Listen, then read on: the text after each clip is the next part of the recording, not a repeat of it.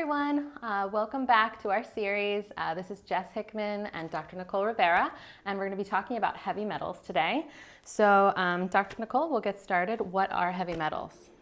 Yeah, so heavy metals are things that you don't want in your body. But I think with that term, it gets thrown around quite a bit. But really what we're talking about is we're talking about very, very specific compounds. Aluminum is one as an example. We often find aluminum with aluminum foil in our kitchens. A lot of our pans are made of aluminum foil. Some people don't even realize that our antiperspirants are actually containing aluminum, especially our big name brands. Mercury is another big one as well. Mercury is commonly found in fish, unfortunately, especially our larger fish.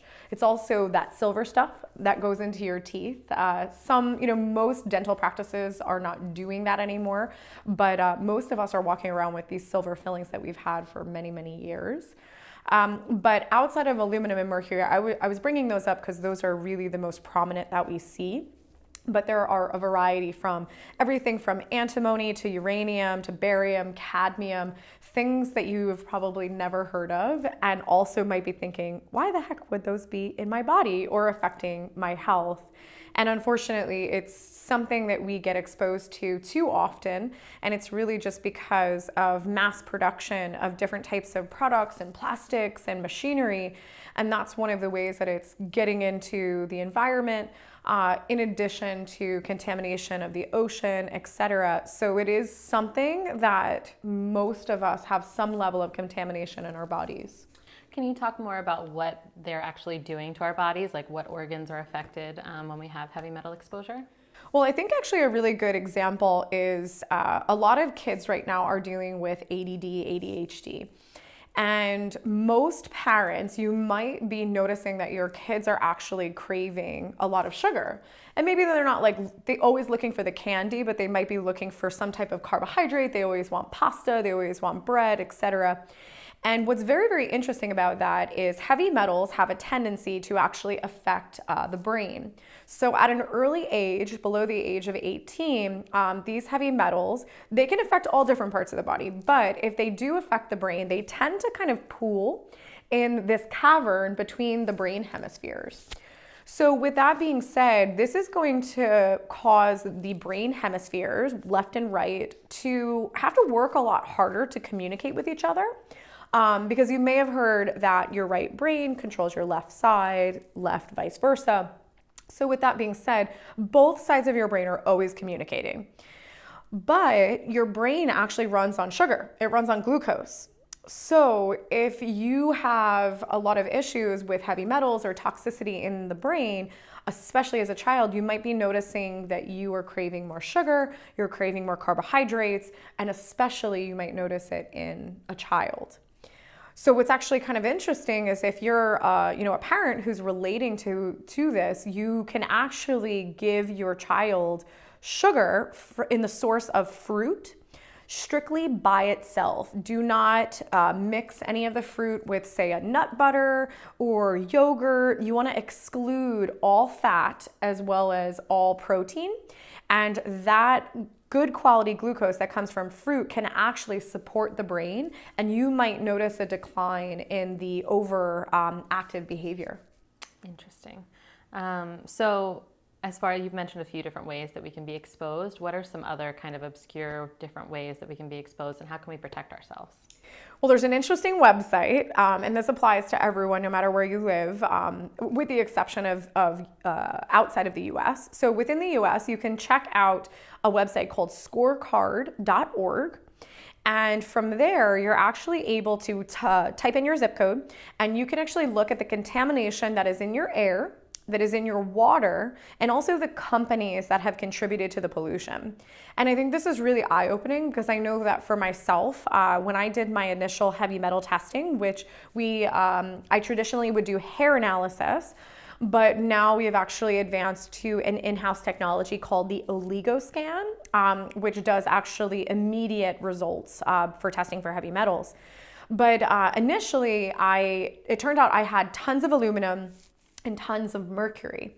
I, on the other hand, I was a pescatarian for about 10 years. So I ate no meat, no chicken. I primarily only ate fish as an animal protein. And from there, I didn't know anything at the time. I didn't know farm versus wild. I didn't know that all sushi was not created equal. If you're a sushi eater, please watch our Parasites segment as well. But with that, I gave myself quite a bit of mercury toxicity from eating fish.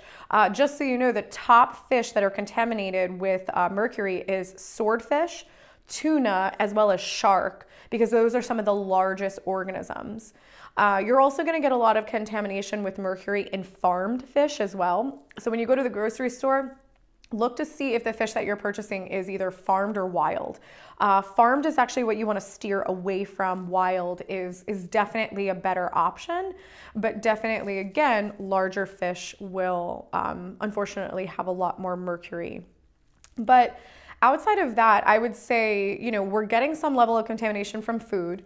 We're definitely getting quite a bit of contamination from water as well as air. And again, that website will help to give you that clarity. But, when I initially was researching water purification systems, I remember looking at some of the things that it was reporting that it was removing from the water. And I just remember being kind of baffled because it was reporting all these different types of heavy metals. One of the filters we use is the Berkey. And what was interesting is the Berkey filters remove majority of heavy metals, but they actually have two special filters that specifically remove fluoride and arsenic. And they actually created a separate filter because those compounds are very, very difficult to get out of the water. So with this being said, these heavy metals are something we're being exposed to usually very, very early on. The other layer to this with water is a lot of our waters are contaminated with medications. So when you actually look at the ingredients of a lot of different types of medications, there usually is some level of heavy metal contamination that is in medications. Like as an example, Synthroid technically has traces of aluminum in it. So if you're taking this medication, you can get the exposure. And then on top of it, many people are on medication, urinating it out. It's getting into our water supplies. And unfortunately, heavy metals do not get eliminated based off of chlorine and ammonia, which we use to clean the water. So that has nothing to do with heavy metals and reducing that. So there's definitely going to be a lot of exposure from that. And then with air, unfortunately, we do live in New Jersey here, but if you are someone who lives in a city or you're living in a valley, like I know many people in the surrounding LA areas, there's a lot of smog, there's a lot of overcast. So that is usually an indicator that there are a lot of different dangerous compounds that are in the air as well. So unfortunately, it's all around us. We can't wear a mask. I guess we could, but we don't want to. But I would definitely say managing what type of water you're intaking and making sure that you're using some level of a purification system is really, really key. Are there symptoms that come to mind that are indicators of toxicity? Yeah. We've had very interesting case studies in association with heavy metals. We've had people, again, that we have found with ADD, ADHD type symptoms. We've also found massive brain fog, even people that have developed more serious cognitive dysfunction. Maybe it's like sensory issues or later in life dementia and things like that. But we've also had many scenarios of patients that have come in and they started doing a lot of research and they realized that they had a mouthful of those silver fillings and they read that that was bad. So they decided to move forward with getting them removed. And that's obviously a very, very good thing. But what people don't know is you have to use a biological dentist in order to remove this safely, number one. And number two, you have to make sure that your detox pathways are actually working. Because if you're going in and no matter what, you could be working with the best dentist, there is going to be some level of vapor that is released from those fillings. So you have to make sure that your body has the capabilities to get rid of them. So we've actually had a couple of patients that have reported that they started the process of removing their amalgam fillings, and that they started to develop like tremors. We had one patient reported he developed Parkinson's. And don't get me wrong, it was us piecing the puzzle together. It's not that, they had the fillings removed and then they were like, a week later they had Parkinson's, but they noticed a lot of cognitive decline that then resulted in a diagnosis up to maybe even a year later. So heavy metals are very serious, and unfortunately, we're getting exposed in too many avenues. So it's very important to make sure that we can kind of clear out the gunk. The way I explain this to a lot of my patients is that we have a lot of filters in our body, and the filters are there to protect us. One of your filters is your tonsils. The next filter is your spleen. The next filter is your liver. And then technically your gut is a filter to some capacity, because that's going to move most things out of your body through stool. So with that being said, if you are vacuuming and the filter gets clogged, then pretty much your vacuum doesn't work anymore, and you're not picking anything up, and everything's just going to remain. So that's something that we need to understand about our bodies is, some people have done detoxes and they get it. And then there's other people who are like, that's so silly. Like, why would I do that?